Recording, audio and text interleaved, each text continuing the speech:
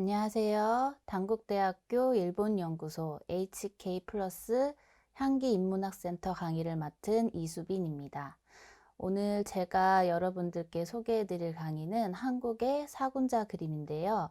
메란국죽을 중심으로 한번 설명해 드리도록 하겠습니다. 먼저 사군자란 무엇인지 그 명칭에 대한 이해를 해보고요. 그 다음 매화와 난초, 국화, 대나무에 대한 이해와 그 다음 실기하는 영상까지 살펴보도록 하겠습니다.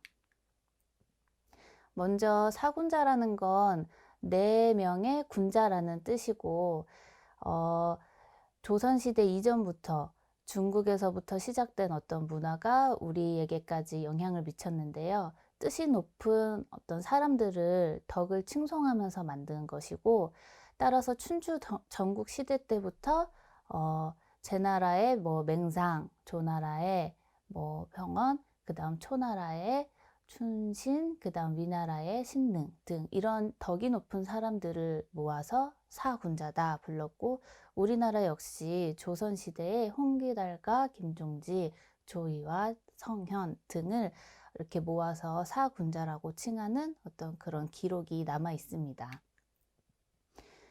자, 이 사군자라는 건 문인화를 대표하는 어떤 그림의 형식인데요.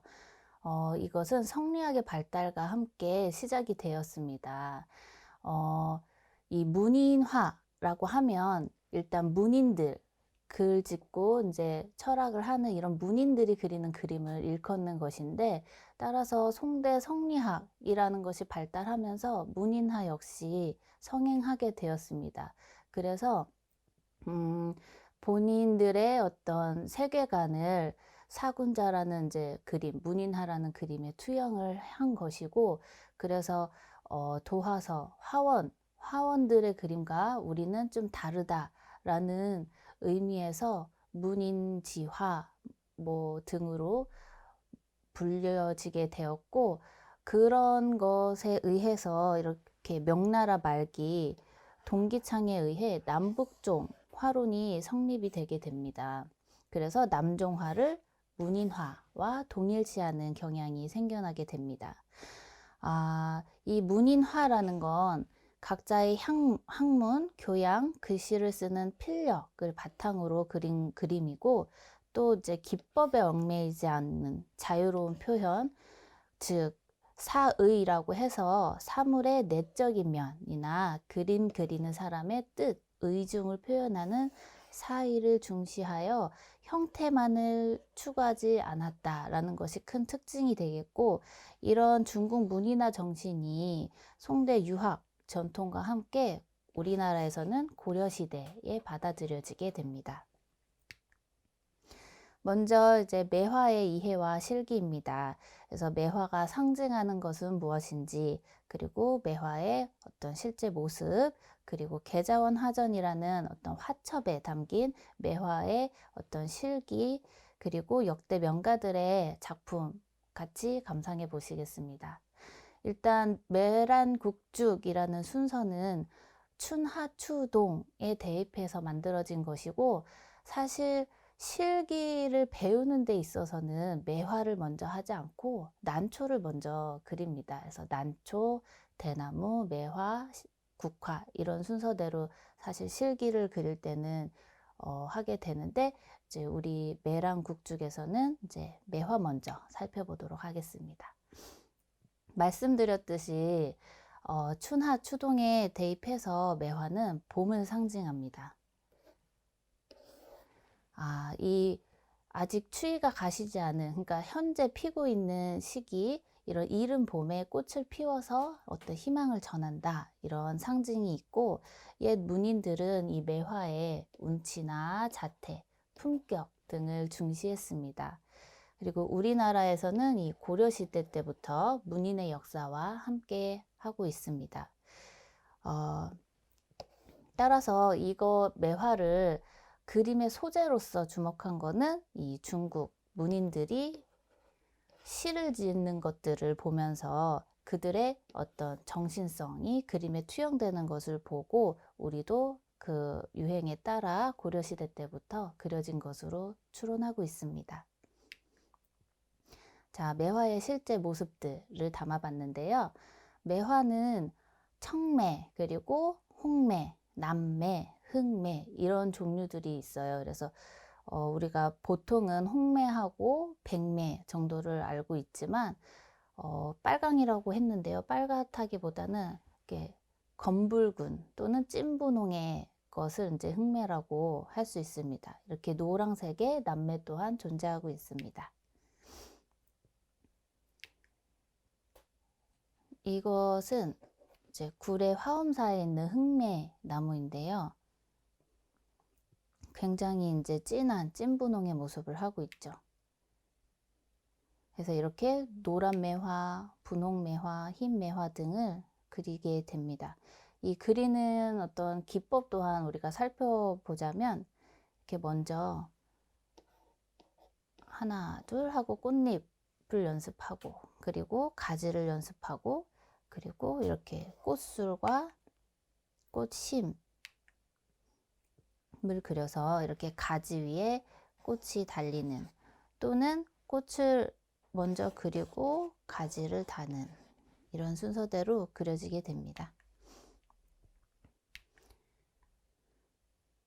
여러 가지 매화들을 사례로 그려진 그림들이고요. 계자원 화전에 나오는 매화를 한번 보실 텐데요. 우리 옛 선조들이 이 계자원 화전뿐만 아니라 여러 가지가 있지만 대표적으로 이러한 화첩을 보고 많이 그리셨어요. 왜냐하면 지금은 우리가 매랑국죽을 흔히 볼 수 있고 이렇게 시중에서 구입할 수도 있지만 예전에는 실제로 보기가 힘들었다고 해요. 그래서 이런 화첩들 그리고 옛 명가들의 작품을 모작한 것들을 보면서 이렇게 익히고 즐겼다고 합니다. 이 계자원 화전이라는 것을 잠깐 개요를 살펴보자면 초집은 5권으로 1600년대에 간행이 됐습니다. 그리고 이후에 1800년대에 이제 4개로 발간이 되었고 조선 후기에 또 이제 수입이 돼서 회화 발전에 이제 큰 영향을 끼쳤다. 그리고 구성으로는 이제 뭐 산수, 인물, 그다음 사군자 등등이 있는데요. 이 집에 매랑국죽이 실려 있습니다. 그리는 방법이. 그리고 그 특징과 영향으로는 이 조선에 들어온 17세기 말 무렵으로 이때 중국 남종 문인화의 모체를 이루는 송원 명대 화가들의 화법 그리고 작품들을 수록했던 까닭에 이거를 보고 많이 익힌 우리 조선의 남종 문인 화가들이 있는데 이 정성과 강세황, 심사정, 김홍도 등 많은 화가들에게 영향을 끼쳤습니다. 그래서 여기에 보시면 가지 그리는 법부터 그리고 가지 또한 뭐 위에서 내려오는 것 그리고 뭐 오른쪽에서 나오고 왼쪽에서 나오는 것 그리고 이 양쪽으로 쌍구법으로도 그리고 그다음 그 안을 이제 칠하는 법 그리고 꽃잎 그리는 법 그리고 꽃 역시도 여러 가지 각도로 이제 세밀하게 관찰을 하는 거죠. 그래서 이제 겹꽃에 대한 것도 따로 수록이 되어 있습니다. 그래서 이렇게 꽃받침을 그리는 법, 뭐 이렇게 꽃술 그리는 법, 이렇게 가지에 꽃을 다는 것도 이렇게 아주 말단의 것부터 이렇게 큰 줄기에 이르기까지 그리고 바위와 함께하는 매화 등 여러 방면으로 이제 수록이 되어 있어요. 이 자료들은 사실 조선시대 그 이전뿐만 아니라 지금도 우리 사군자를 즐겨 그리시는 분들이 애용하고 있는 어떤 화첩입니다. 실로 그 수준이 지금 봐도 아주 수준 높고 그리고 다양한 교본이 너무 참고가 잘 되는 화첩이라고 할 수 있어요. 그래서 우리 역대 명가들의 작품에도 이 계자원 화전에서 보이는 구도 또는 어떤 기법 등이 반영이 된 것들이 많이 보이게 됩니다. 네, 매화 실기 영상을 한번 보실 텐데요. 제가 조금 그려봤어요. 그래서 매화 가지를 그려볼 텐데, 자, 붓에 물기를 쫙 빼고 그려줍니다. 그리고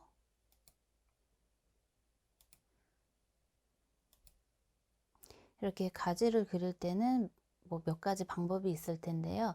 아까처럼 붓을 한 번에 가는 방법도 있고, 이렇게 선을 여러 번 나눠서 가지를 이루는 방법도 있습니다.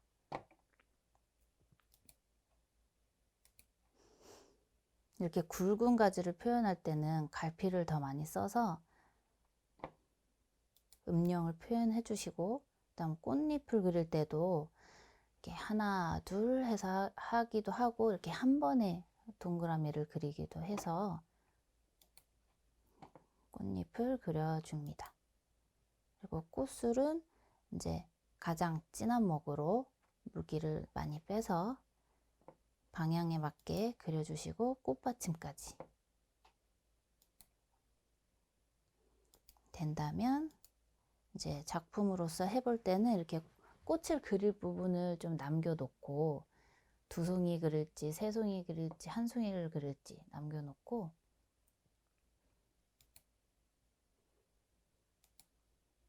이런 식으로 매화를 그려보실 수 있겠습니다. 네, 이제 역대 명가들의 매화 작품을 한번 감상을 해 보실 텐데요. 여기에 보이는 이 화면의 그림은 고려 왕건의 릉의 안에 있는 벽화의 일부예요. 그래서 여기에 보시면 견매화죠. 그래서 꽃이 여러 장 달린 견매화를 그린 게 이 왕릉의 벽화에 남아 있습니다. 이것을 가장 이제 이른 매화 그림으로, 우리나라의 매화 그림으로 보고 있습니다. 그리고 매화 그림으로 가장 유명한 인물들을 뽑자면 16세기의 이 어몽룡, 그리고 19세기의 조희룡이 있을 수 있습니다. 그래서 이 어몽룡의 월매도는 워낙 유명하고 우리나라 이제 지폐에도 있죠. 근데 이 어몽룡 월매도의 하이라이트가 이 끝으로 쭉 뻗어나가서 끝에 걸려 있는 요 달, 이 아슬아슬한 이 맛을 중요하게 여기는데, 이 5만원권에 이렇게 아마 잘려 있을 거예요. 그래서 이것에 대한 의견이 분분은 했지만, 그만큼 어몽룡의 월매도는 그 당시에 끼쳤던 영향이 지대했습니다. 당시 중국에서는 이 어몽룡의 그림을, 매화 그림을 좀 폄하하면서 뭐 이런저런 얘기를 했지만, 오히려 그런 자료들을 토대로 더 이게 조선스러운 이 우리만의 독특한 화법이었고, 어떤 스타일이었다라는 것이 더 증명되는 계기가 되었죠. 네, 앞에서 보았던 어몽룡의 그림과 대비해서 이 명대 나자정의 그림인데요. 좀 비슷한 스타일을 갖고 있지만 그것과는 또 다른 어떤 화풍이라는 거를 알 수가 있고, 그 어몽룡의 화풍을 이어받아서 이제 조속의 그림이 어떤 비슷한 스타일로 흘러가고, 그 다음 심사임당의 넷째 아들인 이 이유 역시 비슷한 스타일의 어떤 화법을 이루게 됩니다. 그리고 조속의 아들인 조지훈의 그림 역시 비슷한 화풍으로 이 조선 초중기의 이제 매화 그림을 이끌고 있습니다. 그 다음 이제 오달재의 그림은 약간 다른데요. 물론 이 옆에 명대 육복의 그림과 비교해서 약간 비슷한 면은 있지만, 또 다른 면으로서 강인한 매화의 어떤 풍모를 느낄 수가 있고, 이 그림 설매 같은 경우는 사실 이제 눈이 쌓인 겨울에는 매화가 피지 않지만, 그만큼 이 꽃망울이 맺힌 것과 그 다음 이렇게 대나무까지 같이 그려져 있는데요. 이런 것들을 통해서 이제 강인한 모습, 매화의 강인함을 나타낸다고 할 수 있겠습니다. 그리고 강세황의 그림인데요. 이 이제 후기로 들어서면서 시서화 3절로 유명한 어떤 예인의 대표 강세황의 그림으로 이제 서정적인 이제 화풍이 만들어지게 됩니다. 이 강세황의 이런 노매, 이렇게 늙은 매화를 그림으로써 이제 본인의 학문적 어떤 성취와 어떤 그런 맑음을 표현했다라고 볼 수가 있겠고, 그 다음 심사정이 이제 강세황의 그림을 이어받아서 또한 서정적인 그런 화풍을 만들었다고 할 수 있습니다. 그리고 이 심사정의 그림에서 유독 눈에 띄는 것이 딱따구리인데요.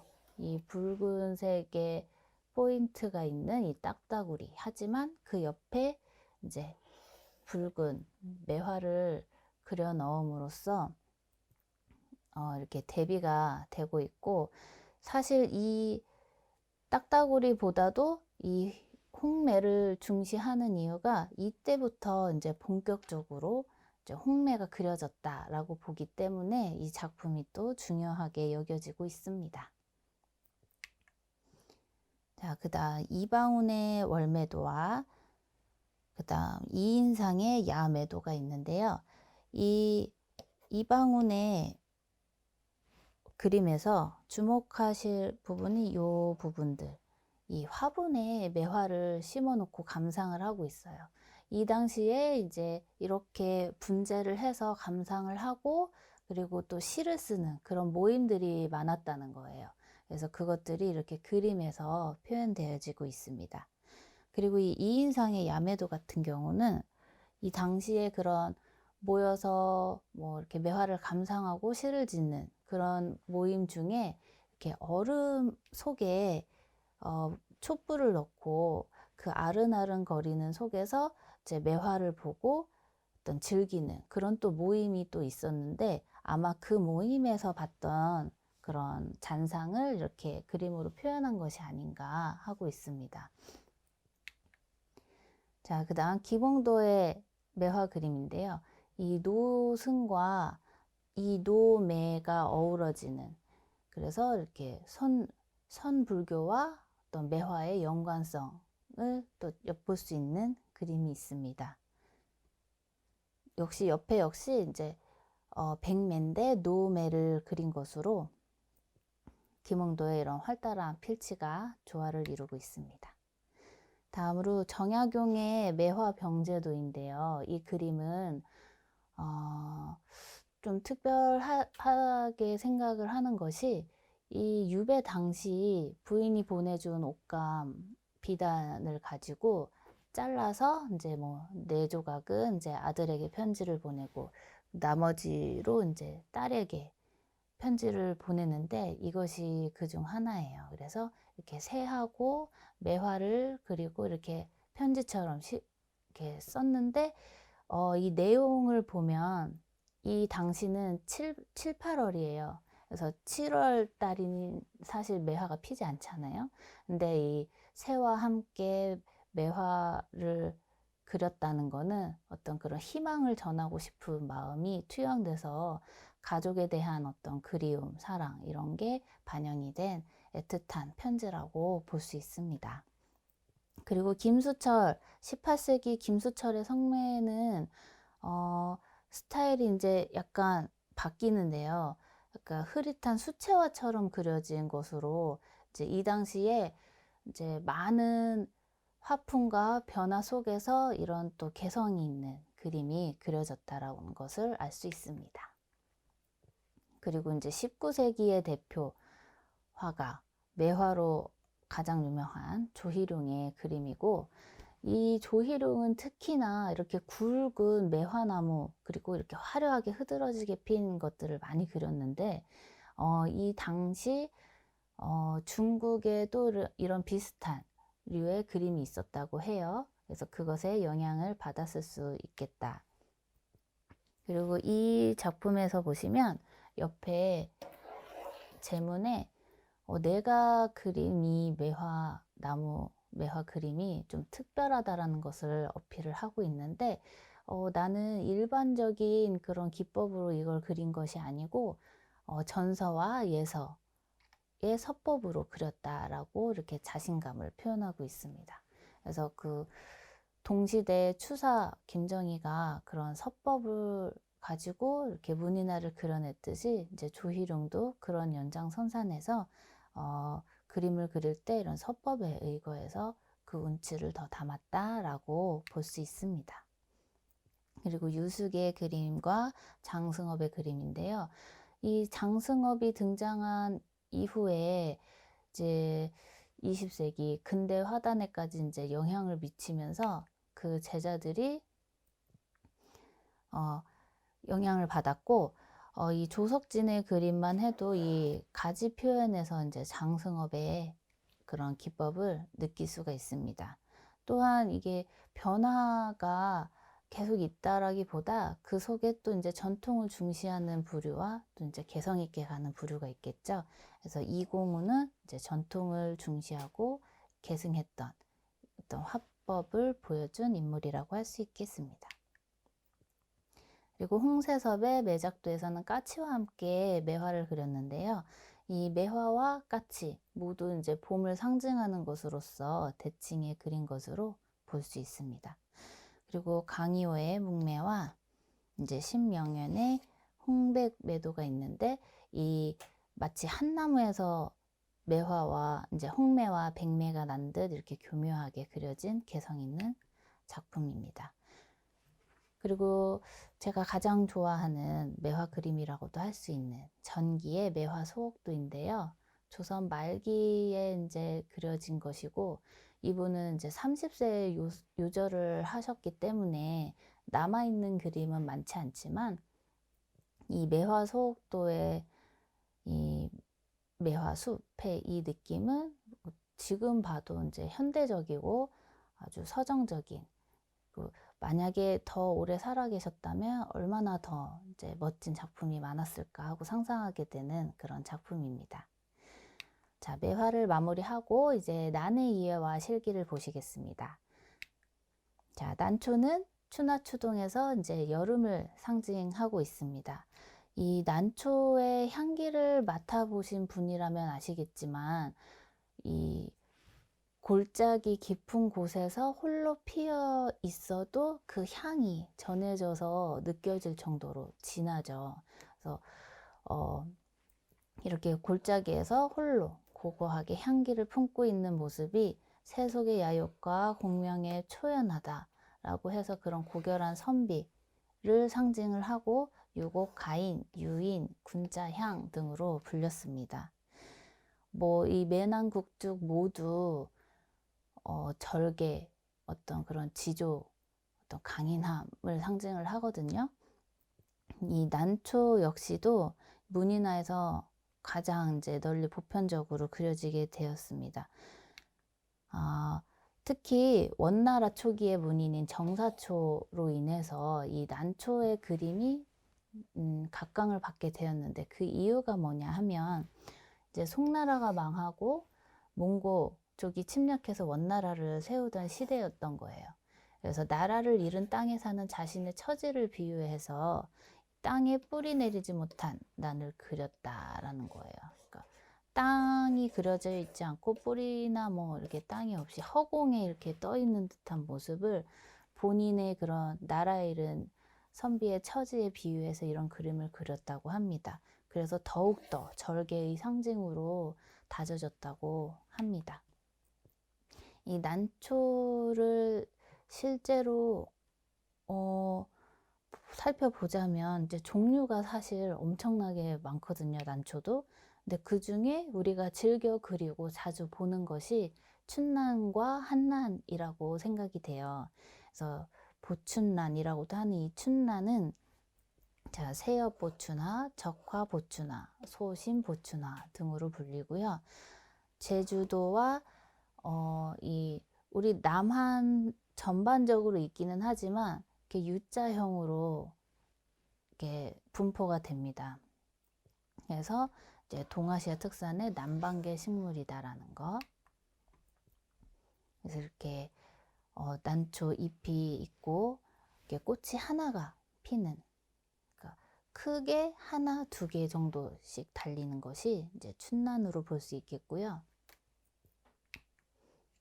그리고 한란은 청한란과 홍한란, 그리고 자한란, 경사한란 등으로 이제 종류가 나뉘고, 제주도에 주로 자생하고 전남에서도 발견이 된다. 그래서 아까 춘란보다 더 이제 아래쪽에서 자생을 합니다. 그래서 역시 동아시아 특산의 남방계 식물이다. 그래서 옛날에 이제 조선에서는 이렇게 난을 보기가 힘들다 보니 우리나라에는 난이 없다라고 생각하는 사람들도 많았나 봐요. 그래서 더욱더 그런 계자원화전과 같은 화첩에 많이 의존을 했던 것으로 볼 수 있습니다. 이렇게 한란은 가지에 꽃이 여러 개가 달리는 것이 특징이에요.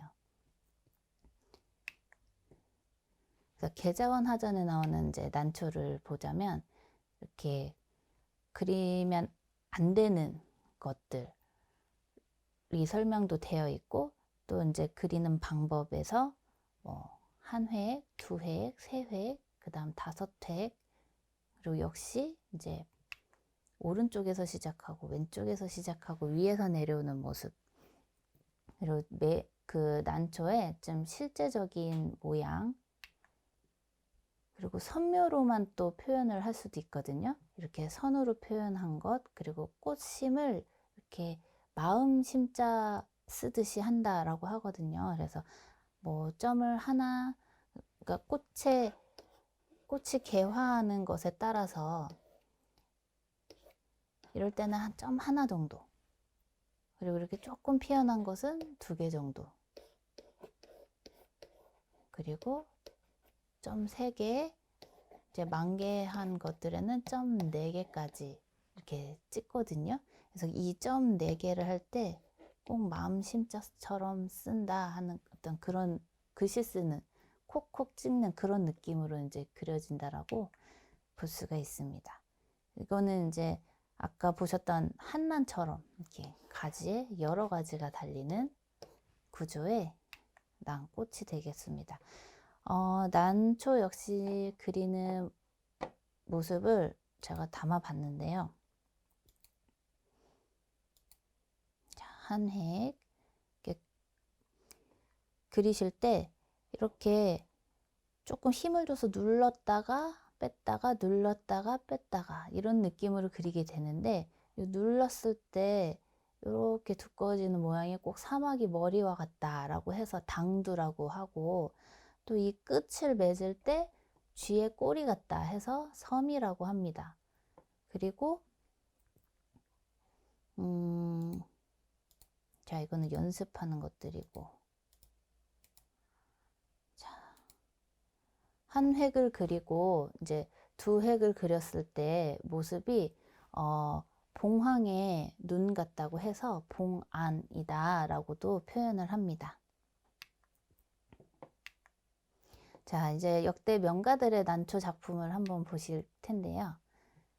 석파 이하응의 난, 이 왕가의 자손이고 그들의 그 이정도 마찬가지고 뭐 정조도 마찬가지고, 이 왕가들이 사실 초창기 사군자 그림을 좀 주도를 했어요. 그래서 그들의 그림에서 느껴지는 좀 공통점을 제가 특징을 찾아보자면, 화려하거나 뭐 어떤 기법에 얽매이기보다는 굉장히 담담하고 깔끔하게 그리는 것이 특징인 것 같아요. 그래서 이 이하응 역시 난으로 굉장히 뭐 당대 화가들 중에 1등이라 할 정도로 잘 그리셨던 분입니다. 그리고 후대에 민영익이라는 분인데, 보시면 이 난초에 뿌리를 그리셨어요. 이렇게 뿌리가 다 드러나 있죠.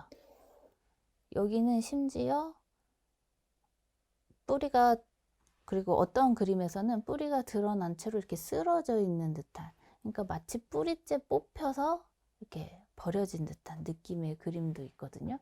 이 역시 이제 일제강점기 시대를 거치면서 이 나라일은 자신의 처지를 이 난초에 비유해서 그렸다고 볼 수 있어요. 그래서 이렇게 이런 민영익의 그림은 작년 그 중등 임용고시에도 시험 문제로 나왔거든요. 그래서 이 뿌리가 드러난 난초의 이름을 뭐라고 하는가? 노근란. 이게 정답이었는데 노근란이라고 합니다. 그래서 정사초, 아까 그 원대 정사초의 그 땅이 없이 홀로 이제 덩그러니 있는 그 난초와 대비되는 어떤 또 우리나라의 그림이라고 할 수 있어요. 민영익의 노근란도가. 그리고 또 다른 이제 민영익의 난들이고요.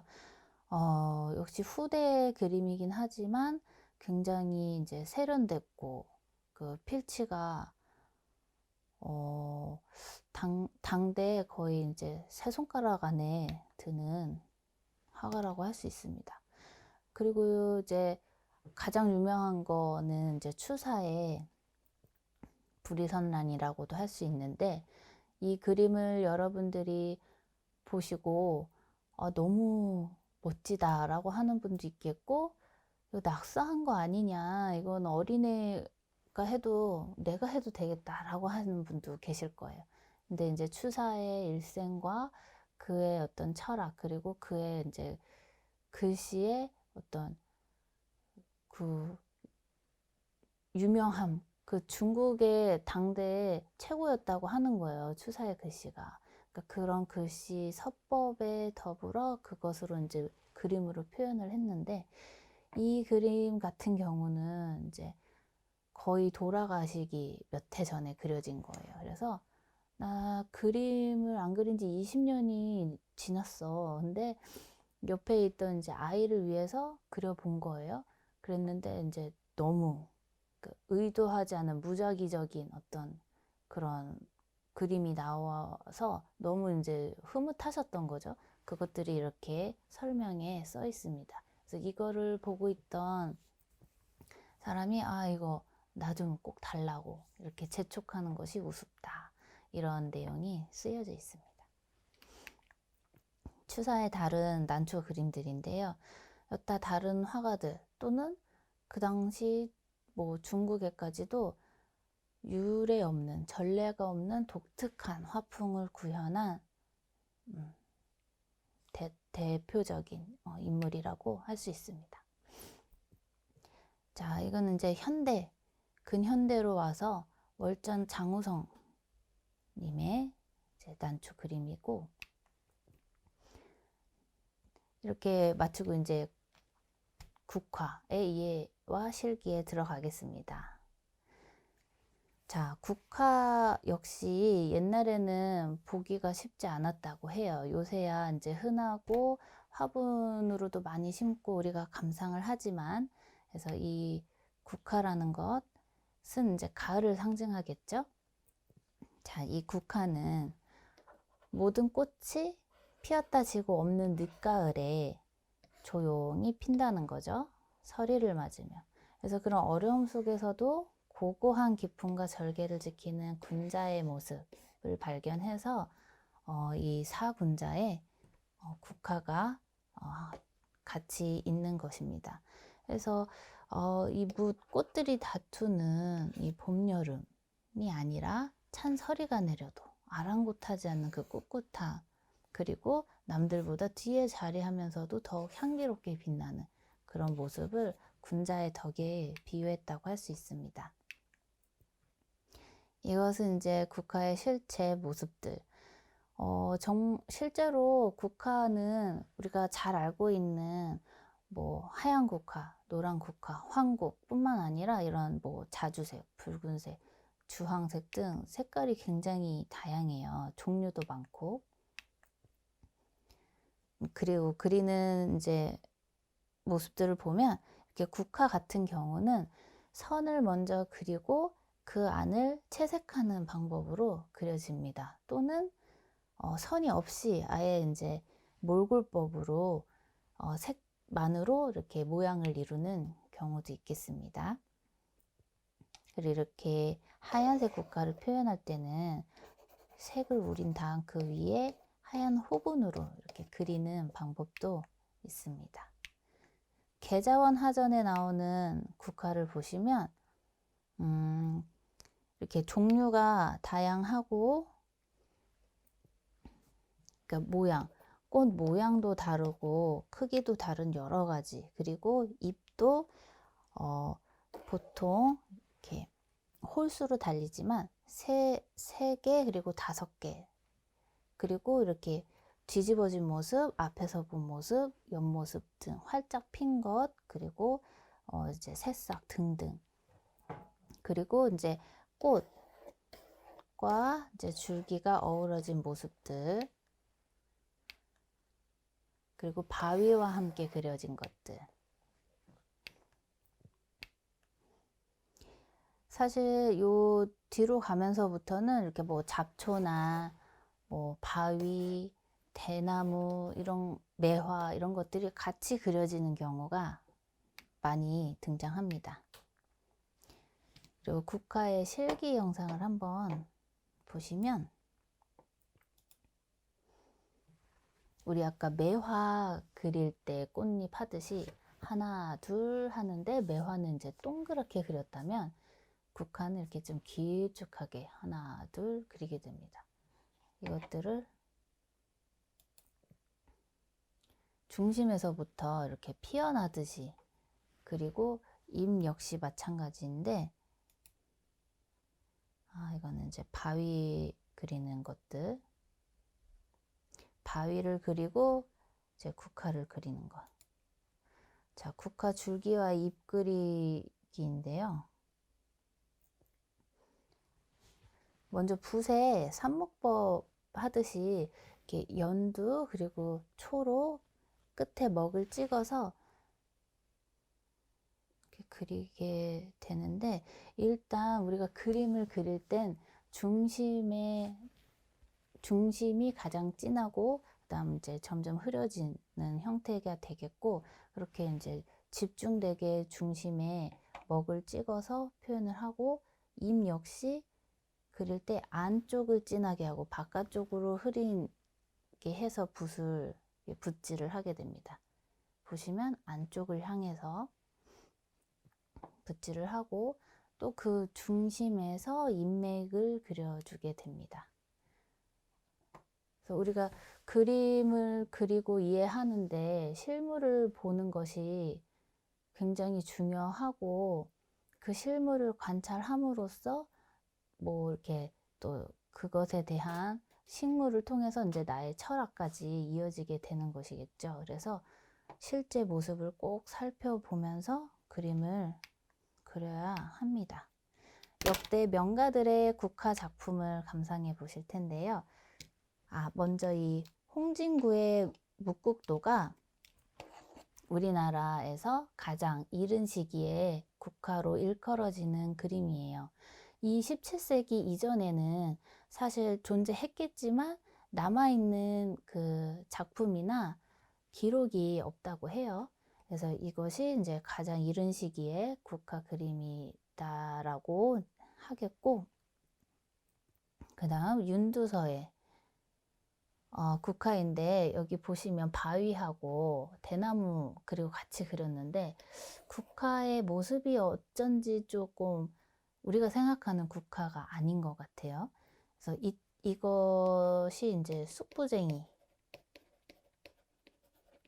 들국화라고도 하는 것인데, 지금도 이 쑥부쟁이를 이제 들국화로 그린다고 합니다. 표현한다고 합니다. 그래서 이때도 이제 국화의 실물을 아까 말씀드렸듯이 접하기가 쉽지 않았기 때문에 어떤 여러 가지를 이제 국화로 칭했던 것으로 보입니다. 다음 그 서정적인 그림을 표현했던 강세황의 국죽 석도, 그러니까 바위와 함께 그린 국화, 그리고 심사정의 그림인데요. 이렇게 들풀과 그다음 풀벌레 등을 같이 그림으로써 어떤 한가로운 분위기를 나타내고 있습니다. 허필은 굉장히 가난했다고 알려졌는데, 그렇게 가난한 와중에도 국화를 너무 좋아해서 그것들을 직접 기르기도 하고 이렇게 많이 사기도 하고 그랬다고 합니다. 정조의 그림인데요.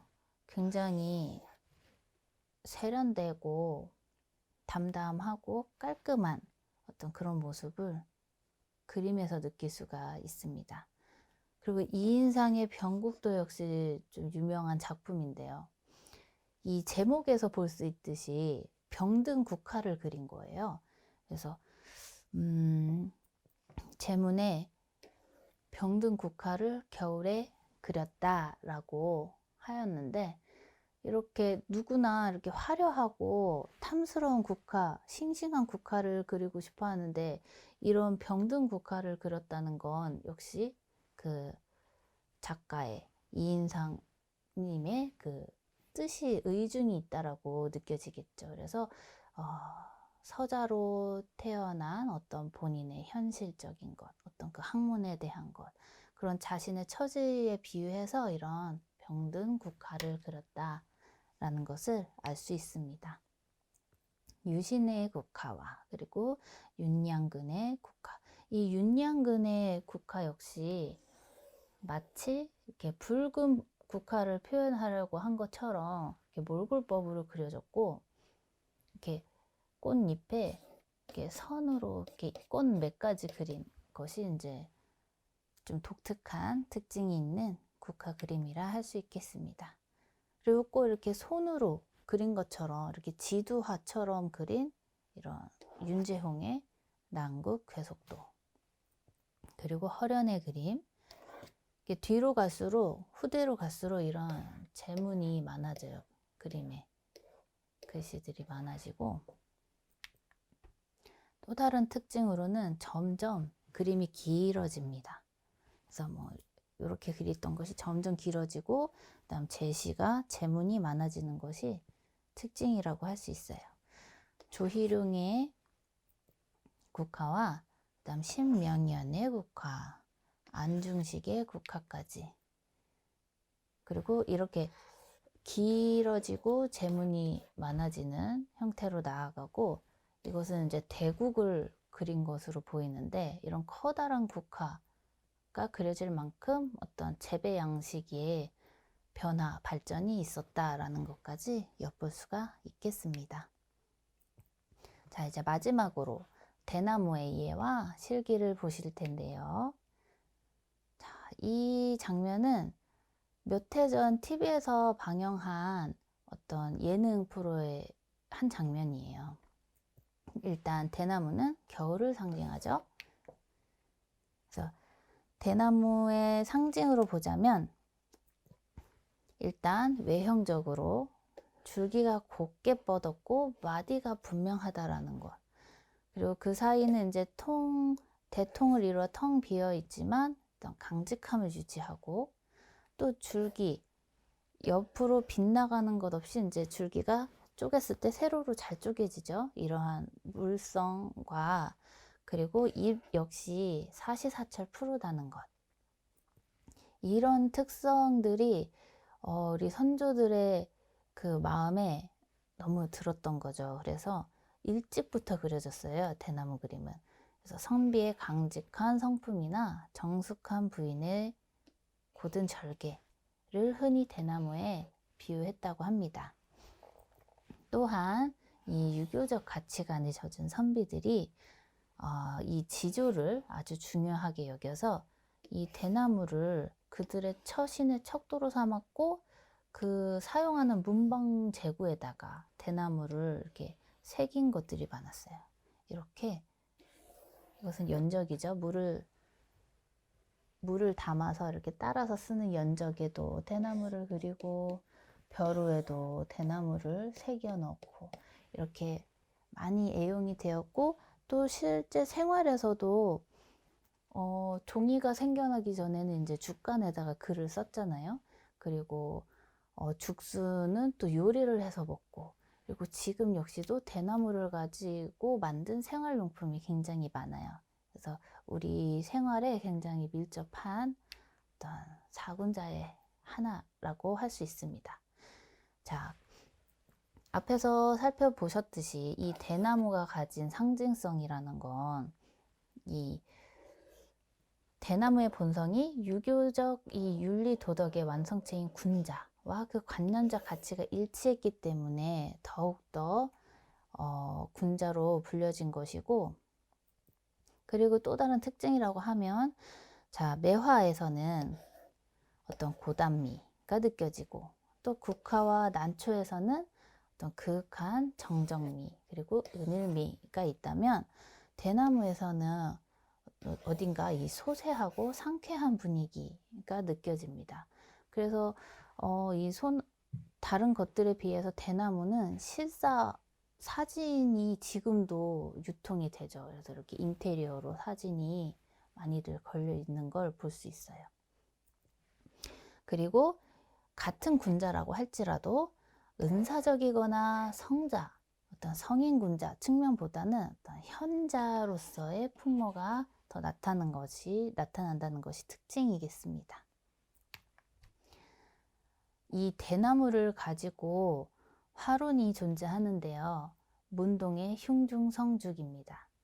그 뜻은 그림을 그리기 전에 먼저 내 가슴 속에 대나무를 이룬다라는 것이고, 그림을 그릴 때 이 문인이든 작가가 그냥 그리는 것이 아니라 이미 내가 뜻을 세운 뒤에 그린다라는 거죠.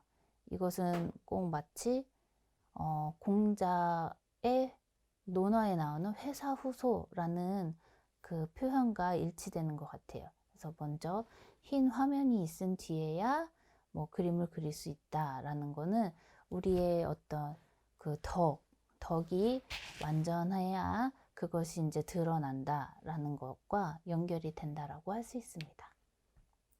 이것은 이제 대나무의 실제들, 그래서 여기 죽순도 있고 대통도 있고, 그리고 이것이 숲으로 이루어졌을 때는 이런 모습으로 보이고, 그래서 우리 조선시대 그림들 보면 이렇게 배경으로 집 주변에 병풍처럼 대나무를 이렇게 심어 놓은 것들이 많이 보이거든요. 이렇게 말단 부분들만 가지고 주로 작품이 이루어집니다. 죽순들과 이 예능에 나오는, 이때 외국인들이 여기 오고 싶었던 이유 중에도 가장 큰 게 이 대나무를 보고 싶어서였다고 하는 분들도 있어요. 그래서 이 대나무 숲에서 이 소세한 곳에서 즐기는 어떤 정적인 분위기, 만약에 이제 그거를 우리가 느끼고 보고 그릴 수까지 있다면 얼마나 또 완전한 힐링이 되겠습니까? 이제 계자원하전에 표현된 대나무 보시겠습니다. 자, 이렇게 대나무 줄기가 이렇게 마디마디 나아가는 것들이 있고, 이렇게 줄기를 그리고 나면 이렇게 마디를 그려요. 그래서 아래에서 위를 봤을 땐 이렇게 되겠고, 위에서 봤을 땐 반대네요. 이렇게 되겠죠? 대나무는 또 특징이 뿌리가 연결돼 있어요. 그래서 계속 이렇게 자라난다는 특징이 있습니다. 이건 역시 이제 대나무의 강인한 생명력과 연결되는 어떤 생태적 특징이 되겠죠. 그래서 잔가지 역시 보시면 이렇게 줄기가 있다면 마디가 있잖아요. 그러면 이 잔가지들은 요 마디에서 나옵니다. 여기에서 나오면 거짓이에요. 요 마디에서 나와서 이렇게 나오는 작은 잔가지 역시 마디를 이루면서 나옵니다. 여기에 이제 잎이 하나, 둘, 셋, 다섯 이렇게 달리게 됩니다. 이 난을 그릴 때 난을 친다라고 표현을 하잖아요. 이것은 이렇게 그 대상을 보고 따라 그린다라는 것을 넘어서 내 어떤 심중을 펼치는 의미가 큰 거예요. 그래서 대나무 잎을 그릴 때도 이렇게 친다라고 표현을 하거든요. 그래서 우리 실기를 하게 될 경우 난을 먼저 그리고 대나무를 그리는 이런 순서로 가는데 대상을 일단 관찰은 자세히 하겠지만 그림 그릴 때 너무 형태에 얽매이지 않고 이 내 어떤 마음을 펼치는 것에 초점을 맞추는 그림이라는 것을 이런 기법이나 뭐 이런 모습을 통해서 우리가 사군자의 의미를 다시 한번 생각해 볼 수가 있습니다. 이런 말단의 모습과 바위와 함께 한 모습, 그리고 이렇게 역시 선묘로만 표현을 할 수도 있어요. 그래서 대나무의 실기를 한번 보시자면 먼저 줄기를 붓을 수직으로 세워서 측필로 된 다음 쭉 올라가서 멈추고 살짝 여백을 줘요. 사이를 둔 다음 쭉 올라가고 다시 여백을 두고 올라가고, 그리고 이 여백에다가 이제 이렇게 인맥을 그리게 됩니다.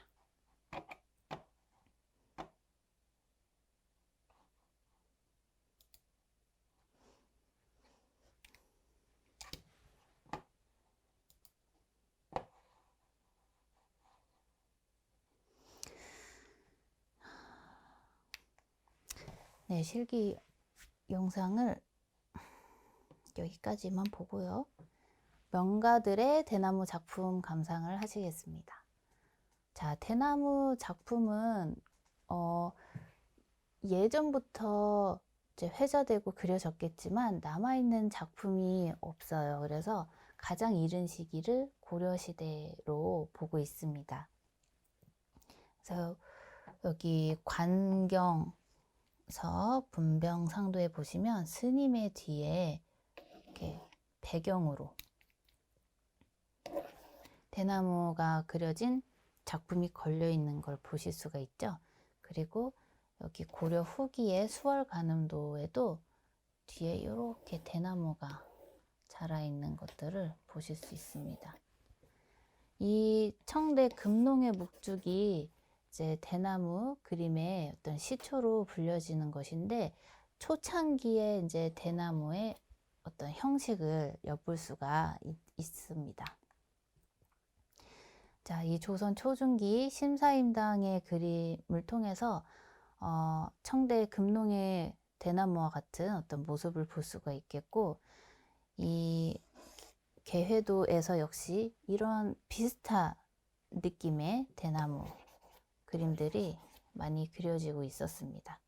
그래서 초창기에는 이렇게 형식화된 그림들이 그려지게 돼요. 난초도 그렇고.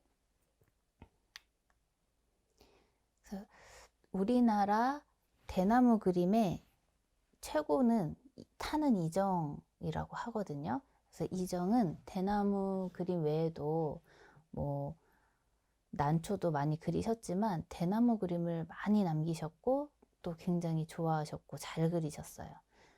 이정 역시 왕가의 자손으로 좀 이렇게 유복하게 생활을 하셨기 때문에 이렇게 당시에는 귀했던 금분호를 먹지에다가 그리는 작품들도 여러 남기셨습니다.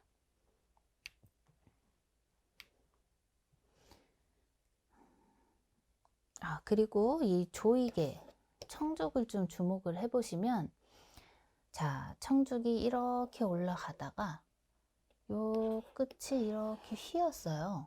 왜 휘었을까요? 요 당시 임진왜란과 병자호란 등 이렇게 혼란한 시기였어요. 그래서 이 조익은 뭐 이렇게 나라를 잃은 것까지는 아니지만 그런 슬픔을, 그 울분을 대나무 그림을 통해서 표출을 한 것이죠. 그래서 이렇게 끝이 휘어진 대나무를 그리게 됩니다. 그리고 이 유덕장의 설죽 역시 대나무는 사실 이렇게 휠지언정 꺾이진 않는다는 특성이 있는데 이렇게 잘라서 꺾인 것을 그려 놓은 거예요. 하지만 이렇게 새싹이 또 자라나는 것을 같이 그림으로써 대나무의 강인한 생명력을 그려냈다고 볼 수 있습니다. 그리고 신의와 김홍도, 최북의 조선 후기의 대나무 그림들이고요. 다음 정섭의 그림, 그리고 조희룡의 대나무까지 조선 후기의 대나무 모습을 보고 계십니다. 그리고 허련의 그림과 송수면의 어떤 팔폭, 병풍으로 그려진 이 대나무 그림들을 통해서 아까 국화와 마찬가지로 이렇게 그림이 길어지고 이렇게 병풍으로도 많이 그려지고 이렇게 재시가 많아지는 특징이 있습니다. 이것은 이제 조선 말기와 근대의 화가들, 화원들의 대나무 그림들이에요. 네, 여기까지 매랑국죽의 어떤 한국의 대표적인 작품들을 통해서 같이 살펴보셨는데요. 매랑국죽이라는 것이 처음에는 어떤 문인들의 취미, 어떤 고상한 어떤 절개를 표현하는 것으로 대변이 됐다면 점점 이 꽃과 줄기가 달린 감상의 대상으로서의 어떤 매랑국죽이 도드라졌고, 그것이 이제 나중에는 문인, 사대부뿐만이 아니라 도화서, 화원, 서민에게까지 이어지고 지금 현대에까지도 사랑받는 매랑국죽이 되었습니다. 여러분들도 어떤 혼란한 시대 또는 어떤 그런 울분을 매랑국죽으로 이해하고 표현해보는 시간을 가지시면 좋을 것 같습니다. 오늘 강의 여기까지 마치겠습니다. 감사합니다.